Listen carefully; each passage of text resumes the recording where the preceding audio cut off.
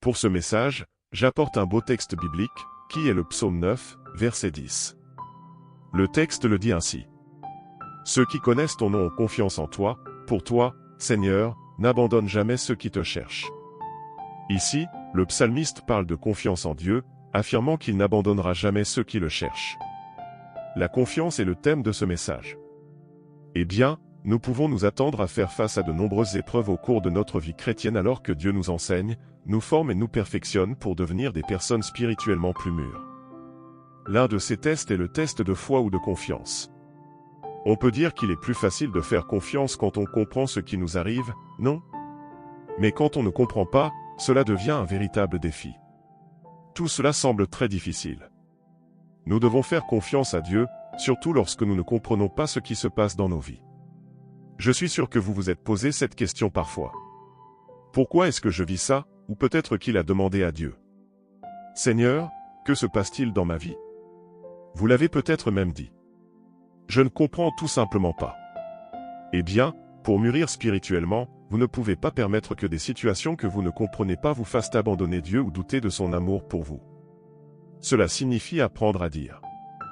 Je ne comprends pas, mais je sais que Dieu m'apprend à lui faire encore plus confiance. Une leçon que j'ai apprise au fil des ans est la suivante. Il n'y a pas de confiance en Dieu si nous comprenons tout. Avez-vous déjà pris le temps d'y réfléchir? Si nous avions les réponses à toutes les questions qui nous traversent l'esprit, nous n'aurions pas besoin de faire confiance à Dieu car nous saurions tout. Il y aura toujours des choses que nous ne comprendrons pas. C'est pourquoi nous devons apprendre à le dire.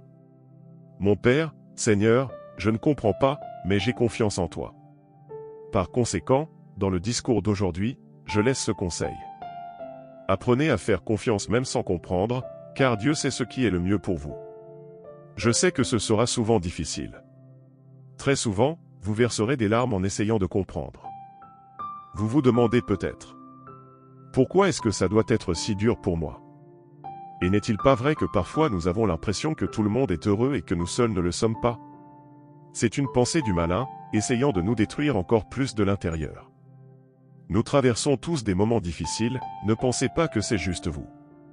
Rappelez-vous que Dieu connaît toutes choses et que votre Père céleste ne dort pas. Il sait et comprend toutes choses. Les pensées de Dieu sont bien plus élevées que les nôtres, sont incomparables. Notre vision des choses est restreinte et limitée, mais Dieu, dans sa puissance et sa sagesse infinie, sait exactement ce qui est le mieux pour moi et pour vous. Alors dites-le à voix haute. Seigneur, mon Dieu, je ne comprends pas pourquoi tout arrive, mais j'ai confiance en toi et je remets tous mes soucis entre tes mains. Chers frères et sœurs, apprenez à faire confiance. Comme le dit le psaume 37, chapitre 5, faites confiance à Dieu, et il fera le plus. Je souhaite que Dieu vous protège, vous garde et que sa paix soit avec vous aujourd'hui, demain et toujours. Que Dieu te bénisse.